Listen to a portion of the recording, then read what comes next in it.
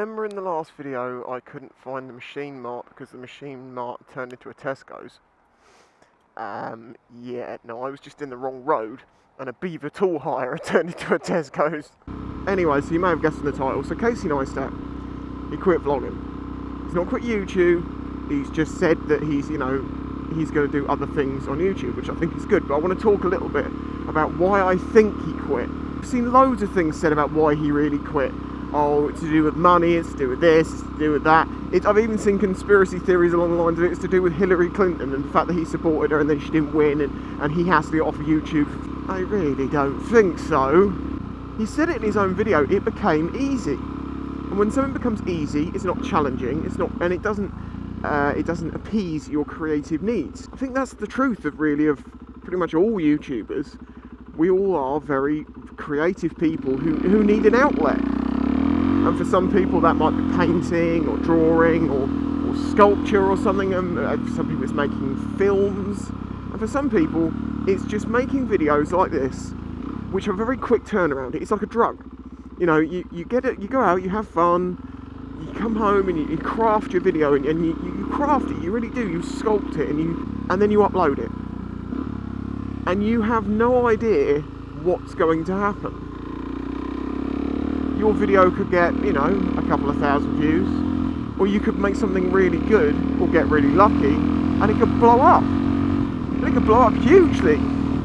I won't lie, I've got loads of little short videos, little funny ones, which I call funny anyway, little quirky short ones, a bit like the Tin4 bike, which have the potential to go a bit bigger because they are more shareable, because it's something that's a quick, short laugh. I'm getting off subject here. So he got successful, very successful, the vlogs. One of the most successful vloggers out there, the most successful, certainly one of the most well known. And the growth of his channel is just unbelievable. And now I'm not saying that Casey was out of ideas, because I really don't think he was. I just think that he found that he'd got the vlog to a point that the bar was raised so high by himself, he was having to beat himself every time to try and raise that bar. And I think it's like the Fawlty Towers principle, as I call it. Fawlty Towers, very famous TV show, made by John Cleese and some other people, the same people that did Monty Python. Now, they made 14 episodes, that is it.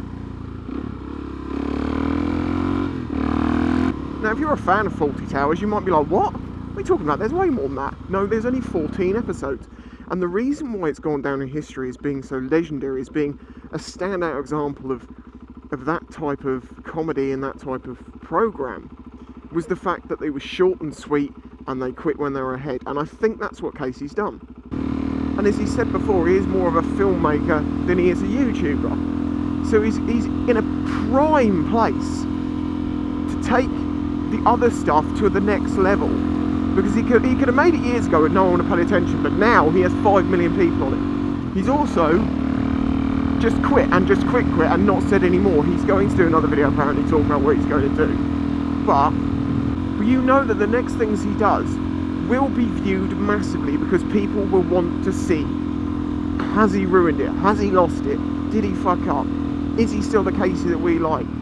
Because, people say, it's almost like they don't want that person to be a real person. They just want them to be that entertainer on the screen, whether it ruins their life or not. The fact that he was working such long hours at an age when his kid needed him around more, and his wife and family wanted him around more, to give up that much time every day, to always be up at night when she goes to bed and stuff, it just for everyone else. And then you put a situation where, she's got to say, well, what's more important, me or 5 million people who want you to make your videos? It's a bit of a problem, that one. Because if she says, I'm more important than all of them, fuck them, she then becomes selfish. If he says, no, I've got to put them first, it's putting money on the table, etc., he's then being selfish. It's a very difficult position to be put in, between the guilt, moral obligation you feel for uploading content when you have loyal subscribers who love what you do, and family on the other side of it. Family should always come first, but it's different. That's why I think he quit. I think he quit while he was ahead, because he was in a perfect position to leapfrog the next thing. It's in a far better position than if he'd done it at the same time as vlogging, because people would have been just watching that. They're not interested in the new stuff, they just want to watch the vlog. By killing it to make the next thing, it's made it so much more important. And I really respect him for that. I know a lot of people are going to say, I don't like Casey, he makes my skin crawl. People have said that about me, to be honest with you. I remember it well, it's still on a forum out there. Spicy110 makes my skin crawl. That was very early, it's a very old comment that someone put up there, but I've learnt a lot from that actually, because I've learned the thing that's worse than someone talking badly about you is someone not talking about you. By that person saying, I hate that dickhead, he makes my skin crawl, some people will go and watch it, and some people will disagree with him, and some people, 57,500 of them, have said, no, I think you're wrong, or, well, you know, or just subscribe. They didn't all see that guy's comment. If they did, I owe him something. What drew me into Casey's videos wasn't what he was doing necessarily, or the people he was seeing. It was his way of thinking, his ideas, his understanding of things, his methodology, his trial and error, years of practice that gave him the opinion that he had. See, to me, that is massive. I don't care how famous someone is, but if they've been refining their art for so long, their knowledge is invaluable. See, this is where I get a little bit narky about something. When I see someone making a video about something that they have never done or never had good long experience in, they shouldn't really be talking about it, because you don't have the experience to know your opinion is right.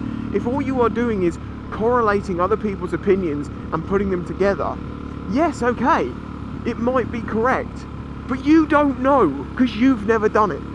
And I try not to talk about things that I have no experience in. I may know about some things, but I'm not going to turn around and start telling other people about that unless I know from my own experience, my own trial and error, what is right and wrong. I've said stuff in the past that people have said, that's a stupid idea, what are you talking about? But I have belief in it because I've trialed and I've erred and I've found the way that works best. One of the things Casey had was he had all the tools at his disposal that he would ever need. If he needed a piece of equipment, he could get it. If he couldn't afford to buy it, he could borrow it.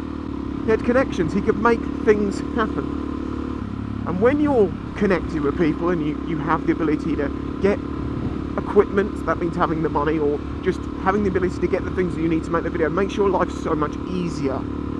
It makes your creative abilities huge.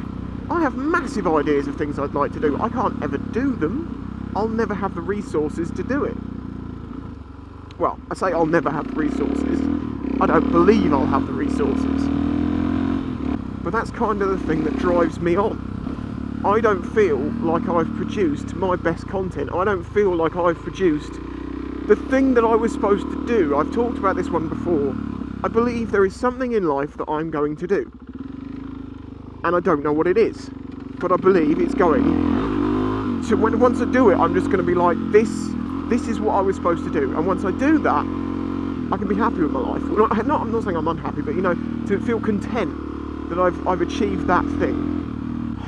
I honestly, now the problem is when you talk like this, when you start opening up about self-reflected thoughts and stuff, people just start thinking you're an arrogant, egotistical twat who thinks everything that he thinks is the most important thing in the world. See, I know there's some of you sat watching this thinking that, but I love to explore process. I love to explore for thoughts, the logic that people use to get to the conclusions they get to. And I do it myself. And because I use such a honed approach to making decisions, if I make the wrong decision, I'm not pissed off with myself. Because I know, well, at the time, that is what made the most sense for me to do. If it turns out it was the wrong thing to do, as long as I used my logic and my normal approach to decision making, I'm happy with myself, because I'm like, look, you did everything you could do, you could never see that coming. However, if I make a jump decision without thinking out everything properly, that's when I start, oh come on, I start getting pissed off with myself. If I knew what the thing was, I could just do the thing, but I don't know what it is, and I don't think I'll know until I do it. But I think I'm on the right track doing what I'm doing now. I think that will open doors to things, and then I'll be like, this is what it was. This is what I was supposed to be doing. I've had it before, like in the past 6 months, I've kind of I think I've got more of an idea of what I want to do as a job, as a day job, because you know this YouTube thing is never going to go that big. I found that I'm good with people and I'm good with social media. And it's a fun job that you get to interact with people and think up of things and then test them out and see how the reaction to that is, and notice patterns, and that's the key to social media really, is to pattern recognise and get the most amount of people watching that you possibly can. That's my thoughts on it. I'd be interested to know what you think about it. If you're not sort of interested in the Casey stuff, well then there's sort of the second half of this video to talk about, you know, logic and the way that you approach things.